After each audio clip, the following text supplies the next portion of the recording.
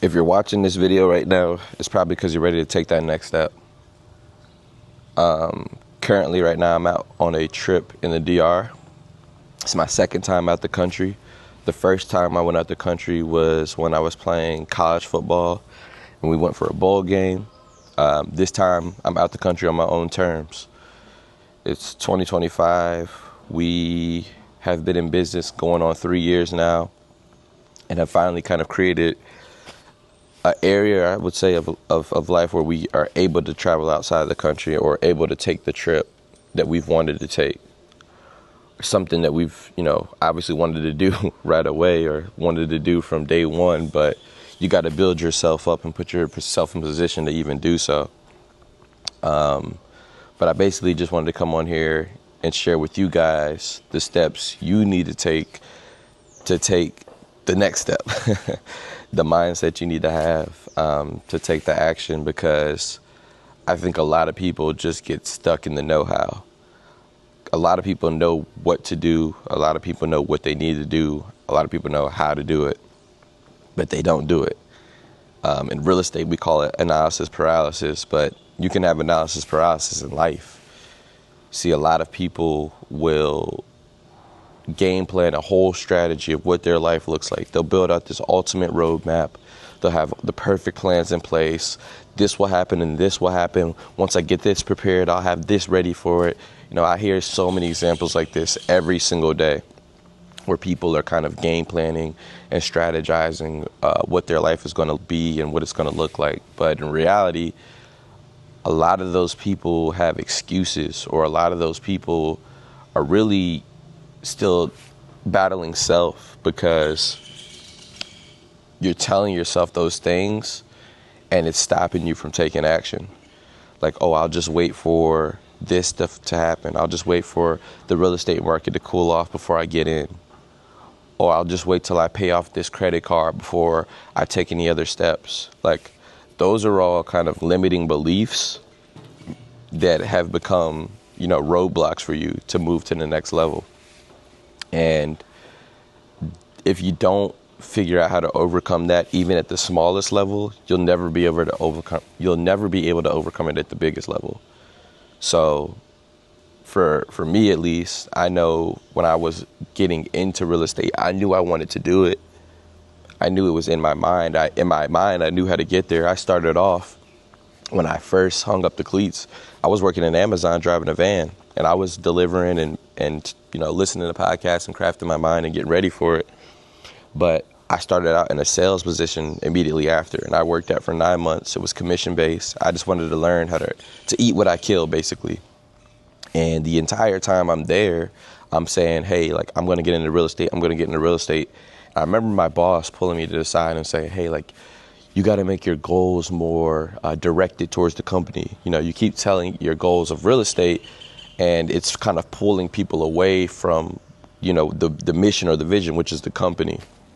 Which that was a great reminder, and I'm so glad she did that, because that was a great reminder for me that, hey, like, even working a full sales position, 100% commission, I still worked for someone else, and I still wasn't my own boss, and I still wasn't in real estate like I wanted to be, which ultimately led to me, gearing up and leaving that company. But in my head, I was there for 9 months, and I was telling myself and others that I was going to get into real estate by doing X, Y, and Z within that company.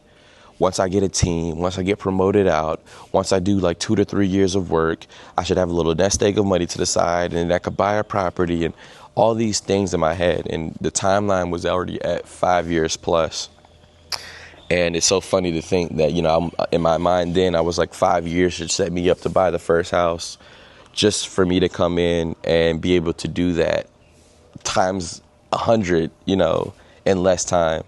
And that's only because I removed that limiting belief of, oh, like, I gotta get into real estate this way. Because see, what you don't know, you don't know. And when you don't know something, it's just an information gap. Like they always say, the difference between you and the person with 100 million is an information gap. It's not that he's built different than you. It's not that he doesn't put his clothes on the same way as you. It's he's got a piece of information that allows them to make $100 million while you still are figuring that piece out. The other cool thing is, like, when you kind of put your perspective on things as entrepreneurs, you don't have to work as hard. You know, the hardest working person in our field in real estate is the construction workers, the guys that are building the houses, the guys that are flipping the houses. Those guys work the absolute hardest, but they're some of the lowest paid guys. And it's like, why is that? Well, because they're not working as smart as they should be. They're just working as hard as they could be. And we have to kind of retrain our mind. If you're just now stepping into entrepreneurship, you have to retrain your mind to think like an entrepreneur. You have to remember that we get into this for time freedom. We get into this for this. So that I can sit outside of my Airbnb on a Monday morning while everyone back home is at work and just kind of take this time to reflect. And while I'm doing this, it's recharging me, it's refocusing me. And I would encourage everybody that when they can get in a position to take the trip, just to take it. And I'm not going to lie to you, it wasn't like this big feeling of when I got here, like, oh, like this is what I worked so hard for, I made it. It's like, no, I'm just embracing each day that I've been here, embracing the moments, the calm, the serenity, the views, the food. And I'm just sitting back and enjoying the fruits of my labor now. But it's like, this is the reminder. This is it.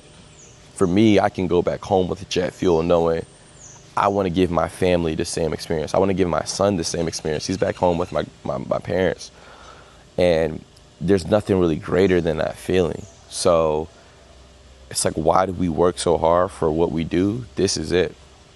And I know I'm kind of just rambling at you guys and letting it all through, but I think you got to take all the things I'm saying and just journal, reflect, like pull your journal out right now and sit down and write, like, what does my life look like right now?